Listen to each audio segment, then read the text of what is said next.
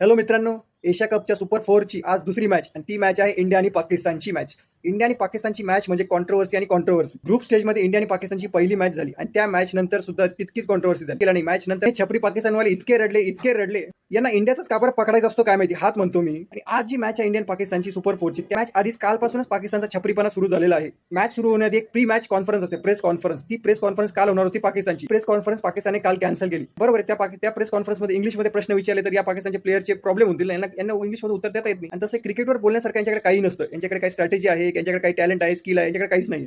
त्याच्यामुळे बहुतेक पाकिस्तान क्रिकेट बोर्डने ती प्रेस कॉन्फरन्स कॅन्सलच करून टाकली असेल. आणि काल या छपरीस्तानचा प्रॅक्टिस सेशन होतं आणि त्या प्रॅक्टिस सेशनच्या आधी म्हणजे त्यांचे जे पाकिस्तान क्रिकेट बोर्डचे अध्यक्ष आहेत मोहसिन नकवी, हे ते प्रॅक्टिस सेशनमध्ये टीमला भेटायला गेले होते असं ऐकण्यात आलं. आता हे जे अध्यक्ष आहेत ते सुद्धा मंत्री सुद्धा आहेत. आणि असं कधी ऐकण्यात आलेलं नाही की एखाद्या टीमच्या प्रॅक्टिस सेशनमध्ये त्या देशाचा मंत्री किंवा क्रिकेट बोर्डचा अध्यक्ष, प्रेसिडेंट, चेअरमन हा त्या टीमला जाऊन भेटायला गेलेला आहे. त्याच्यावरूनच कळतंय की मॅच आधी यांची किती फाटलेली आहे. टीम इंडिया पाकिस्तानला आरामात हरवेल हा कॉन्फिडन्स आहे. कारण